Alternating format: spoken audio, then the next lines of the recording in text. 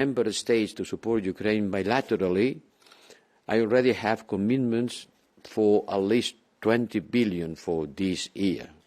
So the European Peace Facility is a catalyzer of the bilateral agreements between member states and Ukraine. And all these resources are being mobilized because an Ukrainian victory, because Ukraine supporting and rejecting the aggressor is essential for our security. It's not only about Ukraine's resisting and rejecting the invasion. It's about our security, and that's why we have to be supportive of the Ukrainian fight. If Putin were to conquer Ukraine, Ukraine had to wave the white flag. If Ukraine had to surrender, then a puppet regime will be installed in Kyiv. Ukrainian people will be crushed, and the Russian army will be in our borders. And we could be sure that they will not be stopping there. Earlier this week, Putin threatened the NATO with a potential third world war in his so-called election victory speech. It's a clear sign that he already sees himself at war with the entire West. That's what he is saying. And I'm afraid that he will continue his military operations against Ukraine. We must know to match the speed of our response with the extent of this threat, by quickly taking the next steps on redirecting the revenues from frozen Asian assets for the benefit of Ukraine. You know that there are 360,000 millions of resources from the Central Bank of Russia, which has been frozen. And we have been discussing for weeks about how to use the revenues of these resources. By the time being, we don't talk about the capital itself, but the windfall profits generated by these assets due to the high increase on interest rates. And after the discussion, the Monday Foreign Affairs Council, I sent to the Council a proposal, a proposal for a Council decision to allocate the bulk of these revenues to the European Union financial capacity. And today, the Commission, when we were meeting together with the High Representative, has also approved a joint proposal for the regulation, the implementation of this decision, if, as I hope, the Council will adopt this decision which I propose. And this proposal is about to allocate 90% of these revenues to the European Peace Facility on the top of the 5 billion, not a substitution of, but adding to these 5 billion the revenues generated by these frozen assets in order to increase the military support to Ukraine. We do that through the European Peace Facility because the European Union budget cannot use its resources to buy arms. The European Peace Facility, as an intergovernmental fund, can do it. And the rest, the 10%, would be allocated to the Union budget to address reconstruction needs and to support and increase the Ukrainian defense industry capacities. We think that the revenue generated from these immobilized assets will be around 3 billion a year that will be added, as I said, to the European Peace Facility and to the European Union budget for military and civilian purposes.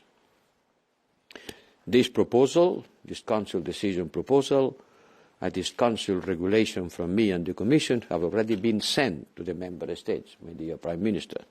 So now it's up to them to take a decision that was very well received on the last Foreign Affairs Council. I hope that we can reach an agreement soon and change banknotes into weapons, because your soldiers don't fight with banknotes. They need physical arms. They need physical instruments in order to defend your people. That I'm saying that this week is very important from the point of view of our military support, And is also an important discussion of this week on Ukraine's future membership of the European Union. You have made the choice of becoming a member of the European Union. We opened this process. I understand those feeling well. When I was a young Spaniard facing the darkness of the dictatorship, it was for me the beacon of political freedom, economic prosperity, and social cohesion. These three things are the ones that any society would like to have: political freedom, economic prosperity, and social cohesion. And today the meeting we have has allowed us to review the Ukrainian efforts on the European path. We look at everything that has been done in terms of political association, reforms, and trade relations. I am happy to confirm, and the Commissioner Borrell will give more details, that Ukraine made remarkable progress. And this progress has been achieved while you are fighting for your national survival. So you fight two fights at the same time. In the military side, fighting for your survival as a nation, and the reforms in order to make you a member of the European Union. Today we have also made the first payment of 4.5 billion under the Ukraine facility, our 50 billion package to support the recovery, the reconstruction and modernization of Ukraine. And tomorrow, the European Council will discuss how to further speed up Ukraine's accession. Let me once again reiterate that we Europeans know that we owe to your fight. We will be for you, for your side, committed to whatever it takes, and thank you very much for this very much important exchange today. Thank you. Thank you. Pane premiére, будь ласка. It's your turn now. Dear High Representative of the European Union, dear Josep, Mr. Commissioner, dear Oliver, dear colleagues, journalists, it is a great pleasure to be here today in Brussels among Ukraine's friends and partners. We are grateful for the political, military, financial and humanitarian support, and we are particularly grateful for the acceleration of our European integration. We are grateful for the approval of the Ukraine Facility Mechanism for Ukraine. It will provide 50 billion euros in assistance over 4 years. It will be one of the key factors in our stability, and it is already working. Our second key priority is long-term, sustainable and predictable military support from the EU. I fully agree with Mr. Josep Borrell's words that the EU is now on high alert as the vital interests of the entire continent are at stake. That is why Ukraine expects rapid progress in defense relations. In particular, we expect the newly established Ukraine Assistance Fund under the European Peace Facility, EPF, to be effective. This instrument will allow to increase the military support by an additional 5 billion euros this year. Thank you so much for this. We also welcome the first European Defence Industrial Strategy presented on 5th March, which includes Ukraine. It's crucially important for us. We are interested in participating in its practical implementation as soon as possible. After all, the Ukrainian defence industry will make Europe stronger to face common security challenges. The operating of the Defence Innovation Office in Kyiv will also contribute to this. We are grateful to the EU for its consistency in implementing sanctions against Russia and for the 13th sanctions package adopted in February. We expect the pressure on Russia to increase as part of the next 14th package. It is important to book the metallurgical, financial and energy sectors of the aggressor economy, including nuclear industry and enterprises of Rosatom. We also need quick decisions on the confiscation of Russian assets. We need to use profits from these assets for recovery and also for buying of weaponry and ammunition, as Mr. High Representative notes, and to cover budgetary needs. But that is only the first step. We insist on the full confiscation of other use of all frozen assets. I mean body of frozen Russian assets. Europe and the world need an effective precedent for making the aggressor pay a heavy price for the destruction it has caused in Ukraine. Dear colleagues, today's meeting of the Association Council is the second since the Ukraine was granted candidate status for EU membership, and the first following the European Council's historic decision to open accession negotiations. We are grateful to our European partners for the agreement to continue the autonomous trade liberalization measures. It is extremely important for the Ukrainian economy that the so-called economic visa-free regime would be extended. At the same time, we seek long-term agreements on further trade liberalization, including through the mechanism provided Article 29 of the Association Agreement. Ukraine is ready to take further coordinated steps with its neighbors and the European Commission to unblock the border and restore exports and transit of Ukrainian goods. First of all, agricultural products.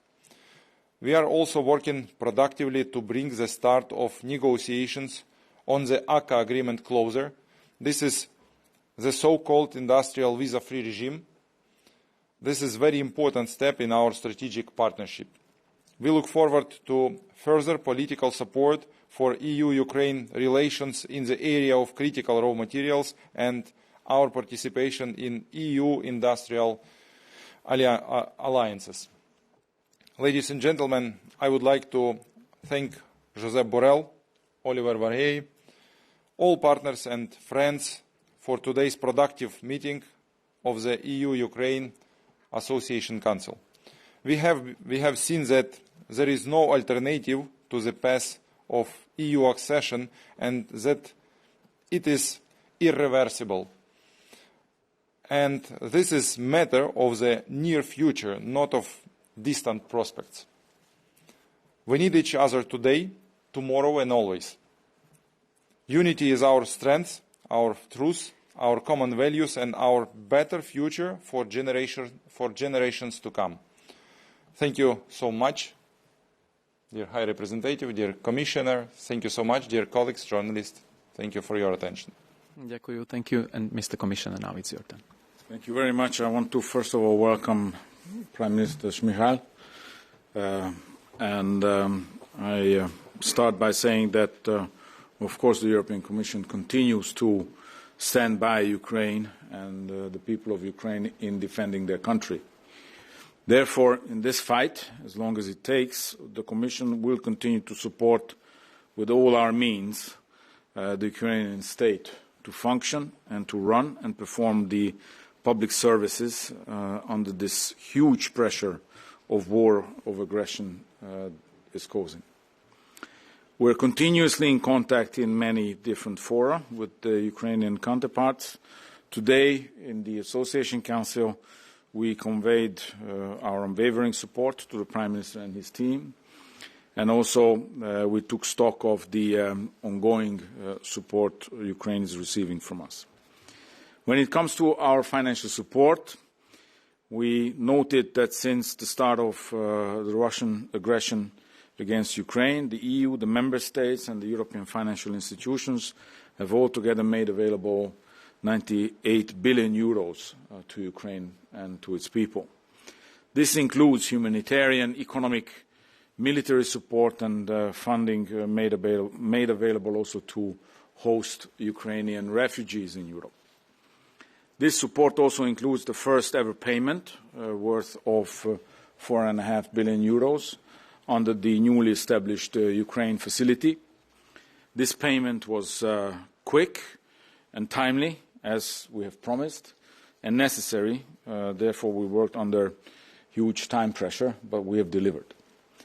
We would also expect the next payment to come in April already, subject to progress on policy conditions as they were agreed between the Commission and Ukraine previously. I also want to recall that the Ukraine facility of 50 billion euros of support is there also for the next 4 years. This is to support the recovery and reconstruction and modernization of Ukraine as well. And this should create predictable, reliable financing for the next 4 years. The facility will cater both for short-term state needs and recovery requests and medium-term reconstruction and modernization of the Ukraine reconstruction work. And this should also help the private sector to participate in the reconstruction and recovery exercise, and should also bring further the reforms necessary for EU accession. We welcome that Ukraine has approved its plan now, ahead of the Association Council. I understand that the Prime Minister has another meeting to hand over this plan to our President.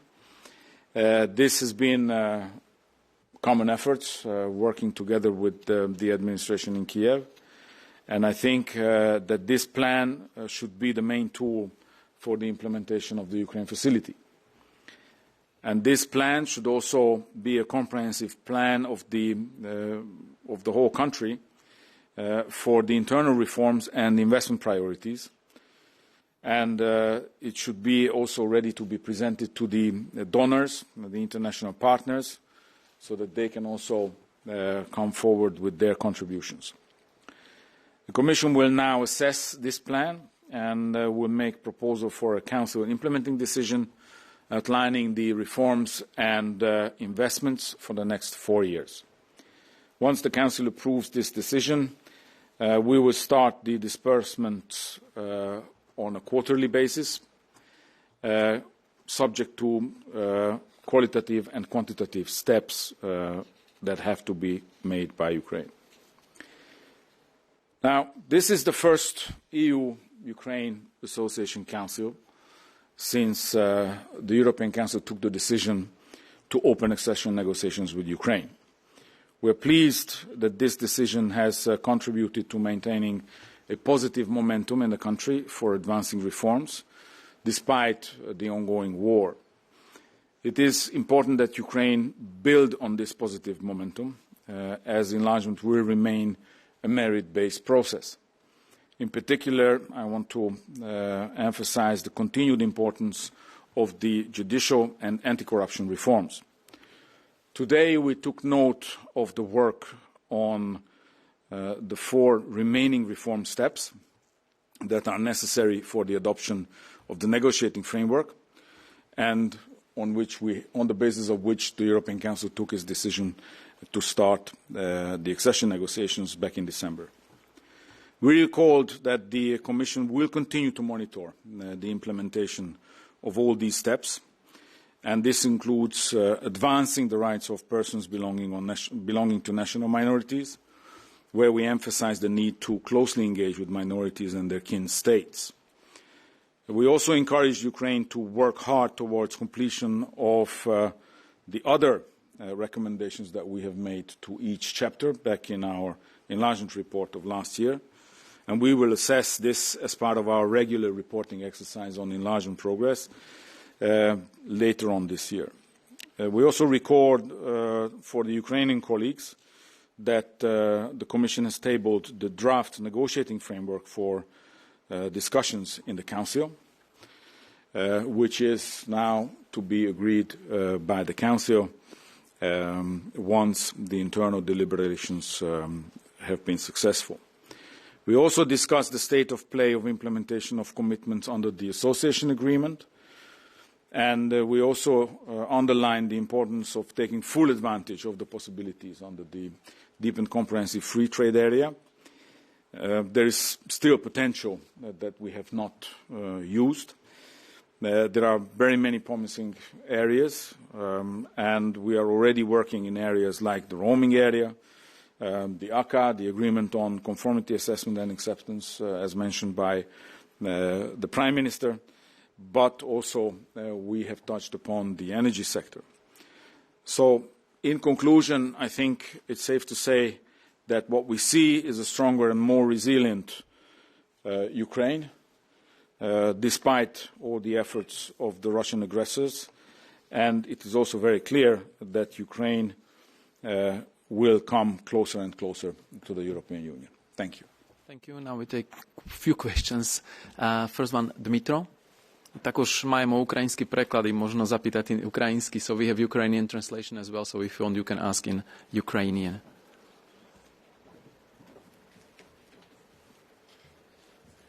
Thank you for your floor, Dmitro Shkurko, National News Agency of Ukraine. As I was preparing, asking in English, I'll be asking in English. Thank you.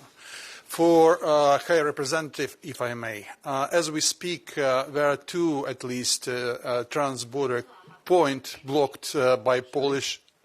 Can you repeat? I haven't understood. Border crossing. As we speak, we have two border crossing points blocked now in Poland. As Prime Minister mentioned, you discussed shortly that issue, but right now that event just developing, because we have also attempted to block the border between Poland and Germany. So that, do you see some problems in that, and what is the possible threat for European mobility, and in particular military mobility in that regard, especially in the view of hybrid threats from Russian side? For Prime Minister, if I may, you mentioned the importance of the autonomous measures which are introduced by European Union. But there are some limitations in the trade, and we expect that Ukraine will not get some kind of 1 billion or more of revenues because of that limitations. Are you going to diversify the trade flow in that regard? I mean, maybe to find in other markets. And to Commissioner Borrell, if I may, with all the issues related to enlargement, do you expect the first intergovernmental conference could be held before the European elections? Thank you so much. Well, about the blocking of the border, yes, we are aware of that. We are following closely these events. Certainly, the border has to be deblocked. Whatever reason they can argue, this has to be solved by other means. Because from a military point of view, we need to have the transit between Ukraine and the rest of the European Union free for military, for civilian purposes. So I understand there may be concerns, but the way of solving that is certainly not jeopardizing the transit between Ukraine and Poland in these critical moments. Thank you so much. So I will continue the answer of High Representative. We work hard on the basis of coordination platform here in European Commission. We work hard with our neighbor countries, and I believe that nearest time we will have good results. The most important things which we discussed today during Association Council is impossibility of blocking of the solidarity lanes through the European Union, including our border points, border control points, because it's first point for beginning of solidarity lanes, and it couldn't be blocked. We have no one officially recognized case when weaponry supplying or humanitarian support supplying were blocked, so it was no one times, so it go free through our border. We also have very good decision yesterday's, tonight, I would say tonight's trialogue discussion, when continuation of autonomous trading measures is approved by representatives of European Council and European Parliament for 1 year more, since 25th of June, for the 1 year. And there is good for us conditions when we will take 22nd, 23rd year for estimation of level of supplying of our good from Ukraine to European Union. There are some safeguards which could be implemented, but it will not work while Ukraine will not reach some volume of this 22nd, 23rd year. So in general, these conditions are negotiated with Ukraine, are approved by Ukraine, and I believe that it will be approved by European Council, and we will have this in practice for the next year. Thank you so much. Yes. Well, when to have the first IGC? First, you have to have a negotiating framework adopted. That is the moment from when some can see also the timeline for the first IGC. As you have seen, we made a proposal to the Council on the negotiating framework.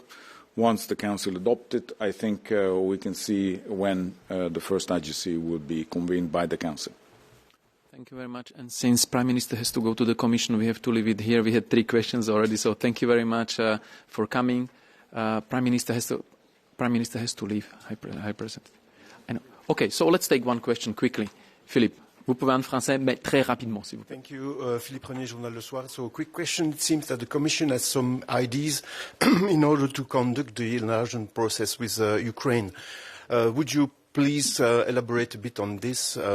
It's the question of the so-called step-by-step enlargement. Thank you.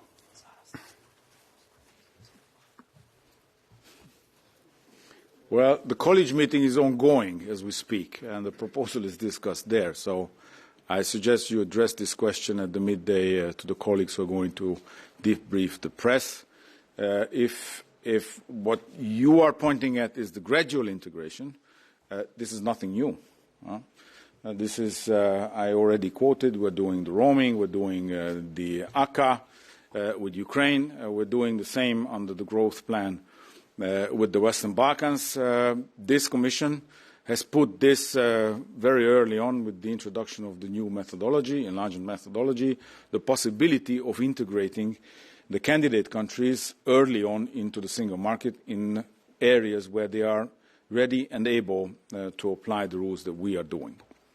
Thanks. And with this, we really have to finish. So thank you very much. See you soon. Do pobačenia. Ďakujem.